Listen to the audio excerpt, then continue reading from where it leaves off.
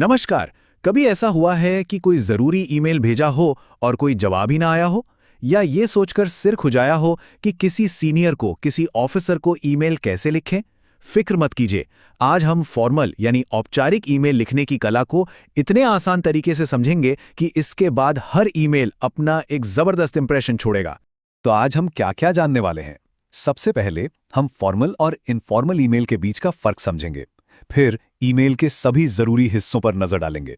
इसके बाद एक कमाल का फॉर्मूला आएगा, अप्रकाश, जो ईमेल लिखने को बहुत आसान बना देगा। हम एक असली उदाहरण भी देखेंगे और आखिर में कुछ ऐसे गोल्डन रूल्स जानेंगे जो हमेशा एक प्रोफेशनल टच देंगे। तो चलिए शुरू करते हैं सबसे पहले और सबसे ज़रूरी सवाल से। हम ईमेल भेज किसे रहे हैं? मतलब हमारा ईमेल पढ़ने वाला कौन है? यही एक बात तय करती है कि हमें कैसी भाषा और कैसा स्टाइल इस्तेमाल करना है, फॉर्मल या इनफॉर्मल। इसे ऐसे समझिए, अगर किसी कंपनी में जॉब के लिए अप्लाई कर रहे हैं तो जाहिर है एक फॉर्मल ईमेल लिखेंगे, लेकिन अगर किसी दोस्त को पार्टी में बुलाना है तो एक इनफॉर्मल दोस्ताना ईमेल भेजेंगे। ये सिंपल सा नियम हमें बड़ी बड़ी गलतियों से बचा लेता है। अच्छा, अब जब हम ये जान गए हैं कि कब कौन सा ईमेल लिखना है, तो आइए एक ईमेल के स्ट्रक्चर को समझते हैं। देखिए, हर ईमेल कुछ बुनियादी हिस्सों से मिलकर बनता है, ठीक वैसे ही जैसे एक घर ईंटों से बनता है। चलिए इन बिल्डिंग ब्लॉक्स को एक एक करके देखते हैं। यह है ईमेल का कंट्रोल पैनल। फ्रॉम और टू तो सीधे सीधे समझ में आते हैं, लेकिन ये सीसी और बीसीसी क्या है? सीसी का मतलब है कार्बन कॉपी, मतलब आप किसी और को भी इस बातचीत में शामिल कर रहे हैं और वो ये देख सकते हैं।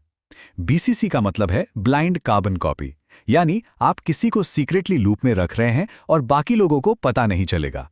लेकिन यहां असली हीरो है सब्जेक्ट लाइन। ये ईमेल का टाइटल है। इसे छोटा, साफ और पॉइंट पर रखें, जैसे एटीएम कार्ड खोने के संबंध में। इससे पढ़ने वाले को तुरंत पता चल जाता है कि अंदर क्या बात है।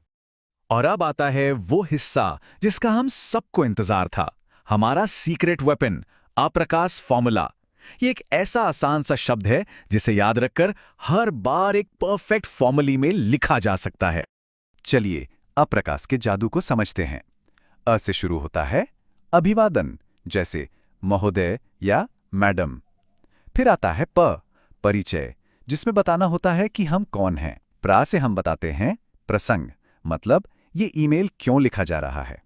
का है कार्यवाही, आप सामने वाले से क्या चाहते हैं।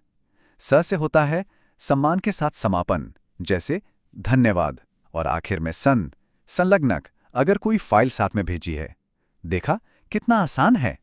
थ्योरी तो बहुत हो गई, अब इसे एक्शन में देखते हैं। चलिए एक असली उदाहरण को एनालाइज करते हैं और देखते हैं कि अप्रकाश फॉर्मूला असल में काम कैसे करता है। स्क्रीन पर एक फॉर्मल ईमेल है जो एक बैंक मैनेजर को लिखा गया है। इसे जरा ध्यान से देखिए। अब हम इसे अप्रकाश फॉर्मूले का इस्तेमाल करके टुकड़ों में तोड़ेंगे और समझेंगे। देखिए ईमेल की शुरुआत कितनी प्रोफेशनल है। प्रबंधक महोदय, एक साफ और सम्मानजनक अभिवादन है। यह है हमारे फॉर्मूले का अ। इसके ठीक बाद लिखने वाले ने अपना परिचय दिया है, जिसमें बैंक और अकाउंट नंबर जैसी सारी जरूरी जानकारी है। यह है प। कोई कंफ्यूजन नहीं, बिल्कुल सीधी बात। परिचय के ठीक बाद ईमेल सीधे मुद्दे पर आता है। यह हिस्सा साफ साफ बता रहा है कि लिखने का कारण क्या है। एटीएम कार्ड खो गया है। यह हमारे फॉर्मूले का प्र यानी प्रसंग है। ध्यान दीजिए, भाषा कितनी सीधी और सरल है, कोई भी फालतू की कहानी नहीं।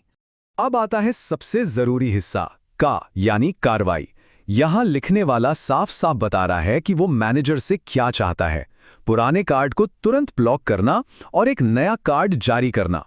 याद रखिए, एक अच्छे फॉर्मल ईमेल में रिक्वेस्ट हमेशा क्रिस्टल क्लियर होनी चाहिए। और ये रहा समापन, यानी स। धन्यवाद और भवदीय जैसे शब्दों का इस्तेमाल करके ईमेल को एक प्रोफेशनल और सम्मानजनक तरीके से खत्म किया गया है। साथ ही नाम और कॉन्टैक्ट जानकारी देने से ये पक्का हो जाता है कि बैंक उनसे आसानी से संपर्क कर सकता है। और आखिर में अप्रकाश का अंतिम अक्षर सन यानी संलग्नक। यहां साफ तौर पर बताया गया है कि पहचान के प्रूफ के तौर पर पासबुक का एक पेज अटैच किया गया है। ये एक छोटा सा कदम है, लेकिन ये पढ़ने वाले का बहुत समय बचाता है और आपके ईमेल को और भी प्रोफेशनल बनाता है। तो अब अप्रकाश फॉर्मूले के एक्सपर्ट तो हम बन ही चुके हैं, लेकिन रुकिए, सेंड बटन दबाने से पहले कुछ आखिरी बातें हैं जिनका ध्यान रखना बहुत जरूरी है। आइए कुछ ऐसे नियमों पर नजर डालते हैं जो हर ईमेल को शानदार बना देंगे। इसे अपनी फाइनल चेकलिस्ट समझिए। हमेशा विनम्र भाषा का इस्तेमाल करें, अपने वाक्य छोटे और साफ रखें और भेजने से पहले स्पेलिंग और ग्रामर जरूर चेक करें। एक छोटी सी गलती भी गलत इंप्रेशन डाल सकती है। और हाँ, अगर अटैचमेंट का जिक्र किया है तो उसे लगाना कभी ना भूलें। ये एक बहुत ही आम गलती है। तो अब हमारे पास अप्राकाश फॉर्मूला भी है और प्रोफेशनलिज्म के ये गोल्डन रूल्स भी। अब सवाल ये है, आपका अगला जबरदस्त और प्रोफेशनल ईमेल किसे मिलने वाला है? चाहे वो जॉब एप्लीकेशन हो, किसी प्रोफेसर से बात करनी हो या कोई बिजनेस इंक्वायरी हो। अब हम इसके लिए पूरी तरह से तैयार हैं।